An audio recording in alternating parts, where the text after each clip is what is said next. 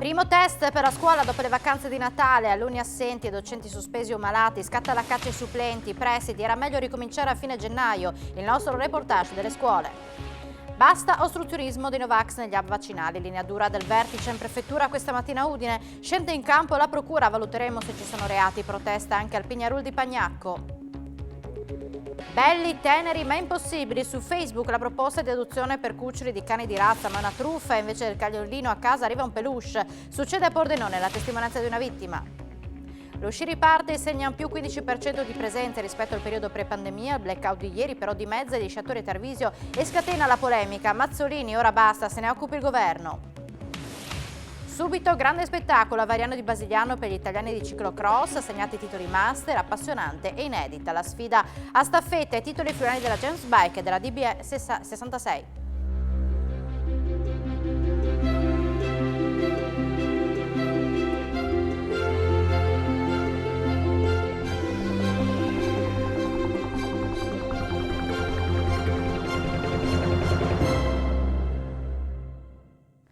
Buonasera e ben ritrovati a un nuovo appuntamento con l'informazione di Telefriuli. Primo test per la scuola questa mattina alle prese con le nuove norme varate mercoledì scorso dal Consiglio dei Ministri. Molte scuole hanno riaperto i battenti e anche se le lezioni riprenderanno a pieno ritmo solo da lunedì prossimo non sono mancati i problemi, consistente la percentuale di studenti assenti e soprattutto numerosi i docenti da sostituire perché sospesi o ammalati ed è già caccia al supplente. La scuola rischia di entrare in una nuova emergenza. Negli istituti dove si sono riprese le lezioni, gli studenti non hanno trovato in aula ad attenderli i loro docenti. In molti infatti sono bloccati a casa a causa del Covid o per il fatto di non essersi immunizzati. 39 nella giornata di oggi. Abbiamo docenti che hanno deciso di farsi sospendere, qualcuno in aspettativa e stiamo cercando di sostituire tutti. Rimangono ancora diverse cattedre da coprire, sia nell'istituto comprensivo 1 che nell'istituto comprensivo 2. Cerchiamo supplenti, questa è la nostra priorità. Gli uffici sono impegnati in questo dal 23 dicembre. E speriamo di avere i supplenti per poter coprire soprattutto le persone che sono attualmente sospese dal servizio. Supplenti con contratti che non hanno effettivamente un termine di scadenza e che quindi sono poco appetibili.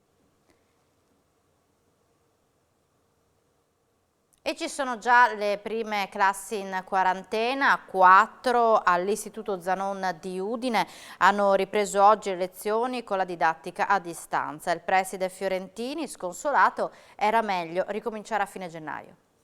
Abbiamo avuto 4 classi in didattica a distanza e tanti studenti con il contagio in quarantena che hanno seguito le lezioni da casa. A questo punto era meglio rinviare la riapertura? È quello che tanti di noi hanno chiesto, anch'io sono nella lista dei richiedenti, e quindi di differire la ripresa delle lezioni in presenza di un paio di settimane, almeno alla fine del mese di gennaio. Gli studenti cosa dicono? Ma gli studenti, devo dire che alla fine si comportano in maniera abbastanza responsabile, collaborano con noi nel confronto, nella decisione da prendere. Paura non ci sono? Paura c'è, insomma, timori ci sono. Ci spostiamo ora a Pordenone, andiamo a vedere la situazione all'Isis Zanussi. Abbiamo la presenza di circa il 60% degli studenti, è anche vero però appunto è comunque il 7 di gennaio. Abbiamo stimato una quarantina di studenti che in questo momento non sono a scuola perché sono positivi al Covid o in quarantena determinata da provvedimenti dell'azienda sanitaria. Abbiamo anche qualche insegnante che si trova ovviamente nella stessa situazione. Primo giorno oggi rientro in classe, com'è stata? Quali sono le tue impressioni? Non ho avuto paura perché comunque siamo, diciamo, anche se non dovremmo essere abituati a questa situazione, preferisco essere rientrata. In questo momento mancano diversi professori e anche degli alunni, però siamo fiduciosi e speriamo di rimanere insomma in classe. Preferiresti quindi tornare in DAD? Forse per la sicurezza sì, però visto che comunque abbiamo i laboratori, è più completo fare lezioni dal vivo, sarebbe molto meglio stare qua.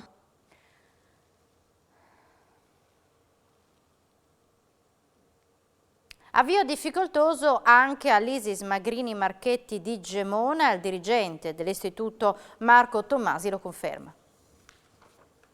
Alcune difficoltà ci sono state perché chiaramente abbiamo diversi docenti che sono assenti, una decina più o meno che abbiamo dovuto sostituire chiaramente in mattinata, e abbiamo moltissimi studenti, invece molti di più, che sono contagiati durante le vacanze e quindi non sono presenti. In molte delle nostre aule si sta facendo didattica mista, siamo attorno a un 10%, 7-10% insomma, di ragazzi che sono purtroppo ancora a casa. Per gli insegnanti abbiamo una percentuale minore, siamo attorno al 5%, e abbiamo dovuto sospendere alcuni docenti che non hanno iniziato il ciclo vaccinale e anche alcuni del personale ATA. La didattica di distanza può essere molto interessante in alcuni casi, ma non deve essere obbligata, quindi io sono per la didattica in presenza. Restiamo alle misure varate dal Consiglio dei Ministri di mercoledì. La maggior parte dei parrucchieri di Udine è soddisfatta per l'introduzione dell'obbligo di Green Pass. Per alcuni queste misure andavano prese prima. Ritengo che la categoria sia per la stragrande maggioranza assolutamente favorevole a questa norma. Bere un caffè, ormai ti serve il Green Pass, quando per bere un caffè ci puoi stare un minuto e non stai neanche a contatto col barista. Mentre noi lavoriamo per mezz'ora, un'ora e mezza, 2 ore sopra una cliente con i rischi connessi, lavoriamo con dei phon dove l'aria gira, per cui sinceramente era da fare anche prima, era da fare sicuramente quando è stata fatta per le altre categorie. Comunque ben venga, preparati siamo preparati perché alla fine si tratterà solo di scaricare un'app. Questo salone ormai forse più del 90%, forse anche il 95%, potrei dirlo senza ombra di dubbio, la clientela è vaccinata.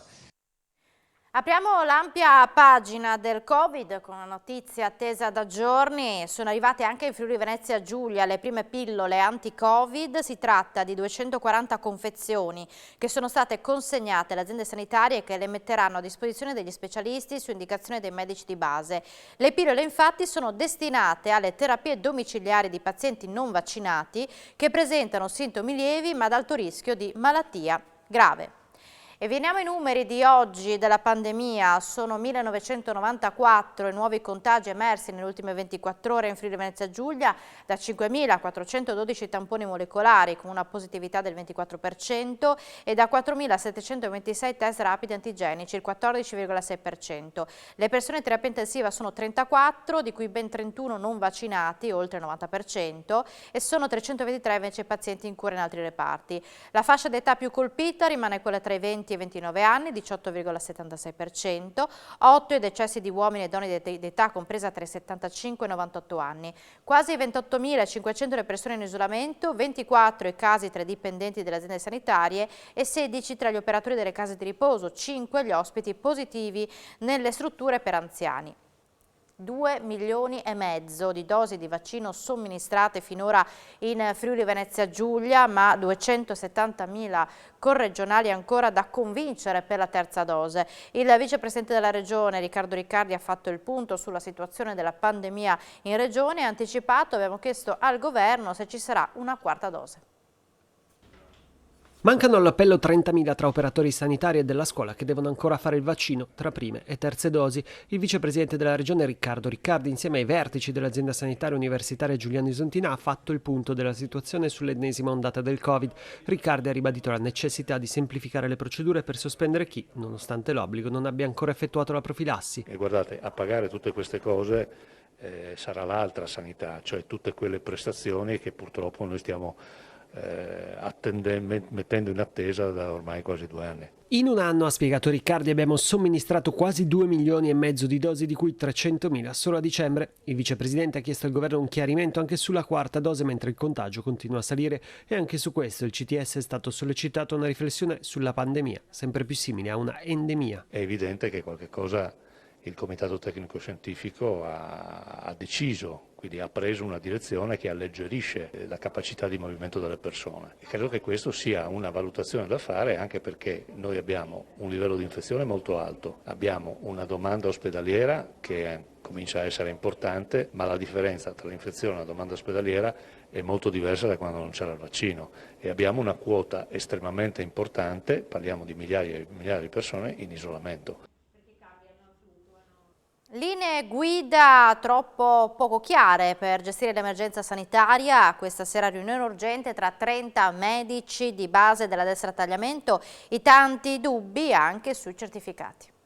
Una riunione urgente con 30 medici di medicina generale per chiedere ai vertici dell'azienda sanitaria del Friuli Occidentale e all'assessore regionale Riccardo Riccardi linee guida certe per gestire al meglio l'emergenza sanitaria da Covid-19. Questa sera un gruppo di medici delle cure primarie, cioè del territorio, si riunirà perché alla luce di questi certificati che noi dobbiamo redigere sulle quarantene, sulle malattie, sul discorso dei tamponi, a chi farli, a chi non farli, sul discorso anche delle vaccinazioni, ma come presidente di un ordine dico fortemente che mai come in questo momento la categoria ha bisogno di linee chiare, semplici, perché c'è un po' di confusione su come dobbiamo fare queste certificazioni, quanti giorni per la quarantena, 5 giorni, 7 giorni, 10 giorni, ahimè.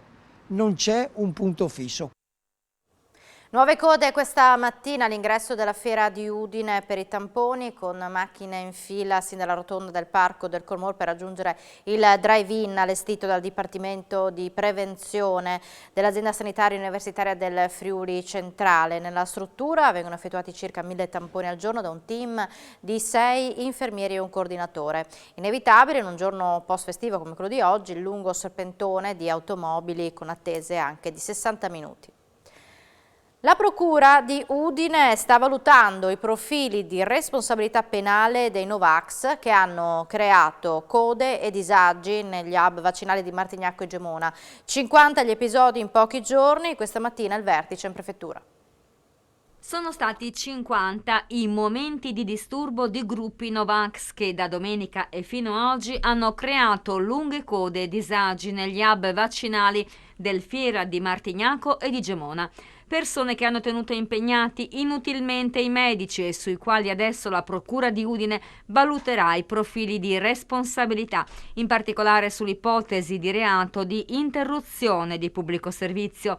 Se ne è parlato questa mattina in una riunione convocata in prefettura dal vicario Enrico Roccatagliata. Qui hanno preso parte i vertici delle forze dell'ordine, il direttore dell'azienda sanitaria universitaria Friuli Centrale, Denis Caporale, e un magistrato della Procura. Sono state concordate delle linee di intervento da adottare nel caso queste azioni di pretestuosa ostruzione del servizio continuino ancora. E sempre questa mattina un gruppo di Novax è stato ricevuto dal vicario per una consegna di firme. Ieri sera intanto manifestazione Novax non autorizzata a Pagnacco, vicino all'area recintata dove è stata incendiata la pira epifanica, l'unica autorizzata dalla prefettura insieme a quella di Tarcento, la condanna del sindaco. Un gruppo composto da una cinquantina di Novax si è presentato nella serata di ieri nell'area dove l'associazione Tradizioni Friulane a Pagnacco ha incendiato la pira epifanica. Autorizzato dalla prefettura, il Pignarul sulla collina è stato dato regolarmente alle fiamme con la sola presenza dei referenti del sodalizio. L'area è stata recintata e controllata grazie alla presenza della polizia locale, dei carabinieri e dei volontari della protezione civile, che ringrazio, spiega il sindaco Laura Sandrubi. Tutto è andato per il meglio, a eccezione di questo gruppo di persone che hanno manifestato contro i vaccini, con tanto di cartelloni, creando tensioni anche con le forze dell'ordine. Un gesto che condanno con forza, chiude il sindaco. Sono in corso adesso tutti gli accertamenti per verificare la posizione del gruppo di Novax ed eventuali profili di responsabilità. E veniamo al giallo della donna scomparsa a Trieste. La Procura della Repubblica ha affidato oggi l'incarico per l'autopsia sul corpo della donna trovato mercoledì nel boschetto vicino all'ex ospedale psichiatrico di San Giovanni. La vera novità è che l'autopsia sarà preceduta da una TAC. Prima un TAC e poi si procederà con l'esame autoptico. La Procura della Repubblica di Trieste, guidata da Antonio De Nicolo, ha affidato ai dottori Fabio Cavalli e Fulvio Costantinides l'autopsia sul corpo della donna rinvenuto il 5 gennaio nel parco dell'ex OPP nel rione di San Giovanni a Trieste. Da una prima analisi si tratterebbe di Liliana Resinovic, la donna scomparsa dalla sua casa sempre a San Giovanni il 14 dicembre. Come di consueto, De Nicolo e gli inquirenti, la squadra mobile di Trieste, coordinata dal sostituto procuratore Maddalena Kergia, hanno avuto un incontro questa mattina e al momento si sta indagando su tutte le ipotesi dal gesto volontario al delitto. L'esame sul corpo della donna sarà comunque determinante per l'identificazione e soprattutto per accertare le cause della morte che, con buona probabilità, è stata causata dal soffocamento visto che la testa era infilata in 2 sacchetti, peraltro non ancora rimossi per consentire tutti gli accertamenti del caso, scelta questa che sta rallentando l'identificazione. A quanto trapela, il corpo, se sarà identificato con quello della donna scomparsa, non era là da tanti giorni, sicuramente non dal 14 dicembre, e si sta cercando di capire dove Resinovic abbia trascorso le tante ore prima di morire senza telefono e soldi. Non sono stati trovati segni di violenza e questo rende tutto ancora più complesso. Propongono su Facebook allettanti adozioni di cuccioli di razza di cane, in realtà però sono truffe. Sono bellissimi, adorabili e giocherelloni. Cuccioli di cane di razza, tutti molto costosi, che vengono proposti in adozione su Facebook. Il nuovo padrone, dopo aver contattato l'inserzionista, riceve una serie di informazioni sull'animale e viene tempestato di domande. Di lì a poco viene messa in pratica una vera e propria truffa, perché quel cucciolo, esistente soltanto in foto, non arriverà mai a casa di chi avrebbe voluto adottarlo e offrirgli tanto affetto. Ti promettono un cane, ti dicono che ti arriverà, l'importante è che tu dai soldi, questo è l'importante. E loro cercano persone che ci cascano sia per la prenotazione ma anche perché ti dicono, arrivano questi corrieri, dicono che vanno dai 130 ai 200, ai 300, ai 400, ogni giorno ogni persona che torna diversa gli chiedono soldi diversi. Casi vengono segnalati anche a Pordenone. Una signora che residente a Pordenone, trasferita adesso a Napoli, e dice che per una malattia della figlia deve dare in azione questo cagnolino, tu la contatti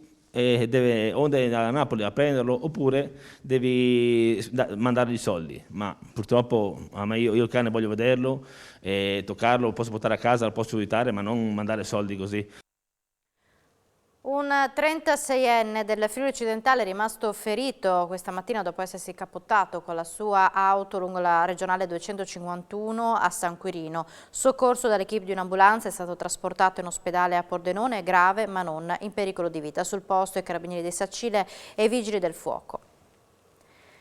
Lotteria Italia, vara di soddisfazioni per la nostra regione, alla quale vanno veramente solo le briciole, solo 2 primi, entrambi di appena 20.000 euro ciascuno. 2 biglietti vincenti sono stati venduti a Udine e Sacile. Nonostante le polemiche dei giorni scorsi, tutti presenti oggi nella riunione dei capigruppo che ha fissato la data del Consiglio regionale per scegliere i grandi elettori del Presidente della Repubblica, appuntamento al 13 gennaio. Il Consiglio regionale si riunirà il 13 gennaio dalle ore 15 per scegliere i 3 grandi elettori che dovranno, dal 24 gennaio, recarsi a Roma per votare il Presidente della Repubblica che succederà a Sergio Mattarella. Questa è la decisione della riunione di capigruppo di oggi, a cui ha preso parte anche l'assessore regionale dedicato ai rapporti con il Consiglio, Pierpaolo Roberti.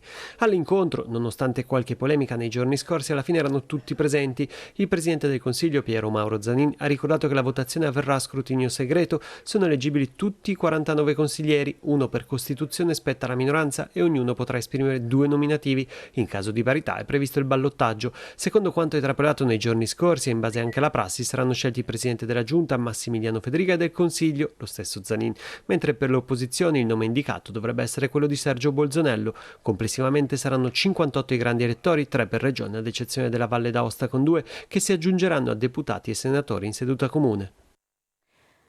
L'Ater di Udine interviene sulle polemiche relative alla riqualificazione del quartiere di San Domenico. È necessario questo intervento, gli alloggi sono troppo vecchi, commenta il presidente Michelutti. A breve è previsto il trasferimento delle famiglie. Quasi 115 milioni di investimenti per la riqualificazione di 8.816 alloggi, quanto prevede il bilancio di previsione per l'anno 2022 dell'Ater. Tra gli interventi programmati anche il progetto di riqualificazione del quartiere di San Domenico a Udine. 80 alloggi vengono tolti e vengono fatti 111 nuovi alloggi. Quindi che cosa fa l'Ater? Fa una parte di questo intervento sugli edifici suoi e naturalmente si occupa di quello che è il trasferimento delle famiglie. Se si vuole ricostruire come va ricostruito un quartiere di San Domenico è inevitabile dover spostare delle famiglie, ma il fine è rifare un quartiere con ascensori, no barriere architettoniche, spazi verdi e spazi per gli orti, insomma una nuova sistema anche di poter vivere più adeguato. Primo bilancio soddisfacente per la stagione sciistica in Friuli Venezia Giulia, più 15% di presenze rispetto al periodo pre-pandemia. Pesa però il blackout che si è verificato ieri agli impianti di Tarvisio, che è costato il dimezzamento degli accessi, e da lunedì si scera solo con il Super Green Pass. Riprende quota dopo un anno di lockdown la stagione invernale in Friuli Venezia Giulia e lo fa grazie soprattutto ai turisti locali. In un mese dalla riapertura degli impianti, Promoturismo afferma che il bilancio nei 6 poli sciistici fa segnare un più 15% in termini di presenze rispetto allo stesso periodo del 2019-2020. Un bilancio che avrebbe potuto essere migliore se non si fosse verificato il blackout elettrico agli impianti di Tarvisio a causa della bufera di neve nel giorno dell'Epifania. Il guasto, che si è protratto fino all'ora di pranzo, ha comportato il dimezzamento delle presenze rispetto al 2 gennaio, 2074 ieri contro i 4381 del secondo giorno dell'anno. Complessivamente nei 6 poli sciistici sono stati 11.664 gli accessi nella giornata di ieri rispetto alle 16.216 del 2 gennaio. A fare la parte da leone lo Zoncolan, 4.453 primi ingressi, seguito dall'ottimo risultato di Piancavallo con 3.284. Seguono nell'ordine Tarvisio e quindi Sappada con 1.997 presenze, leggero aumento rispetto al 2 gennaio, Forni di Sopra con 1.201 ingressi e Sella Nevea con 652 accessi. Dal 10 gennaio si cambia, sulle piste del Friuli Venezia Giulia si sciera solo con Green Pass rafforzato, resta invariato l'obbligo di mascherina FFP2 per accedere agli impianti chiusi e di mascherina chirurgica in quelli aperti. Promoturismo effettuerà costantemente controlli in prossimità degli ingressi dei principali impianti e dei punti d'accesso maggiori. E il blackout di ieri a Tarvisio finisce sul tavolo del governo. Il vicepresidente del Consiglio regionale Stefano Mazzurini ha presentato un'interrogazione, una vergogna inaccettabile, dice. Abbiamo preparato un'interrogazione all'assessore competente regionale e al ministro, perché non intendo stare zitto, perché credetemi che di fronte a una situazione di così poca neve ci troviamo bloccati. Questo si può ripetere a Tarvisio come nelle altre realtà. Non possiamo permettercelo, perché proprio la situazione è tecnica e gli impianti non potevano funzionare perché i cavi si erano appoggiati sulle seggiovie, e questo era già dalle 4-5 di mattina. Sono partiti tardissimo da Venezia e diciamo le persone che devono lavorare verso le 8 di mattina, sono arrivate verso le 10:30, 11, insomma una vergogna inaccettabile per la regione Friuli Venezia Giulia. E quindi io chiaramente non sono stato zitto, perché può riaccadere e può accadere in tutta la regione. Non accetto, perché anche il costo dell'energia elettrica, che è quasi schizzato al 40% in più, con un costo così alto non abbiamo un servizio, e questo non possiamo accettare. Dopo aver colorato il confine di Gorizia con i loro disegni, 680 bambini italiani e sloveni sono stati premiati dal sindaco di Nova Gorica con ingresso gratuito nella nuova piscina al coperto. Hanno arricchito Piazza Transalpina con i loro disegni, immaginando come dovrebbe essere quel confine che non avevano mai conosciuto fino all'arrivo del Covid. Per questo il sindaco di Nova Gorica, Klemen Mikavic, ha deciso di donare a 680 bambini italiani e sloveni i biglietti per entrare nella nuova piscina coperta, un dono che sarà distribuito tra le scuole italiane e slovene, potendo così utilizzare la struttura che sarà inaugurata a breve. Era una competizione, ma poi alla fine ho deciso di premiare tutte le scuole e asili che hanno partecipato. Sentono che questo è il loro futuro, che questa è la città che loro vogliono viverci. Questo è un buon segnale, da ottimismo anche per quello che facciamo, sia a Gorizia che a Nova Gorica. Adesso facciamo gli ultimi lavori, che sono il montaggio del fondo, che è fondo movibile. Questi sono gli ultimi lavori e poi si apre la piscina. Dopo un iter complesso, la caserma mittica di Pordenone, ora sede della 132esima Brigata Corazzata Ariete, passerà a titolo gratuito al Comune. L'idea è quella di trasformare l'area in polmone verde e contenitore di servizi per i cittadini. I lavori di recupero e riqualificazione dell'area di via Montereale diventano realtà. Il sindaco di Pordenone, Alessandro Ciriani, è pronto a firmare il protocollo d'intesa sull'acquisizione dell'area della caserma mittica con Ministero della Difesa, Regione Friuli Venezia Giulia e il sindaco di San Quirino. 12 ettari che attualmente ospitano la 132esima Brigata Corazzata Ariete e che saranno destinati a bonifica e riqualificazione urbana per essere trasformati in un'area strategica dotata di servizi e funzioni di pubblica utilità. Il merito a scrivere a questa amministrazione è di averci creduto e già dal 2017 aver tessuto relazioni con lo Stato per entrare in possesso di quell'area. Oggi questa ipotesi è una realtà che andrà condivisa con i cittadini per dare un destino fruttuoso a quell'area, cioè un destino che migliori la qualità di quella parte di città che è stata profondamente abbrutita e violentata con un'urbanistica pesante e abbrutita ulteriormente da un ospedale che è una pioggia di cemento senza un filo di verde. Partito oggi il cantiere della nuova pista ciclabile che collegherà Gorizia con Nova Gorica. È partito questa mattina il cantiere della nuova pista ciclabile che unirà Gorizia e Nova Gorica. L'opera, dal valore di 1,5 milioni di euro, rientra nel progetto Isonzo Socia, portato avanti dal GECT. Il percorso collegherà Viale 20 Settembre fino alla passerella sull'Isonzo di Salcano, attraverso Via degli Scogli. Il tragitto poi si unirà anche alla nuova ciclabile che porterà fino a Börda. Serviranno 8 mesi per terminare il cantiere. Sono lembi, porzioni del nostro territorio ancora poco conosciute, mi riferisco soprattutto a quella zona prospiciente al confine. Penetrerà in città attraverso Viale 20 Settembre, dove ci troviamo adesso, fino a Corso Verdi, via Cordaioli. Una crescita della fruizione del territorio al di qua del confine analoga, sia da parte italiana che da parte slovena. La ciclabile non tiene conto del confine, è una infrastruttura comune come se il confine non ci fosse. Questo è un passo avanti nel creare un territorio urbano unico che permette di fare di Gorizia e Nova Gorica una capitale, vera capitale transfrontaliera, oltre che capitale europea della cultura. Tra poco le notizie sportive con lo spettacolo avariano di Basigliano per gli italiani di ciclocross. Segnati titoli master, appassionante e inedita la sfida a staffetta, i titoli ai friulani della James Bike e della DP66. Tra poco dunque le notizie a Sport FVG. Grazie a voi per l'attenzione e buona serata con Telefriuli.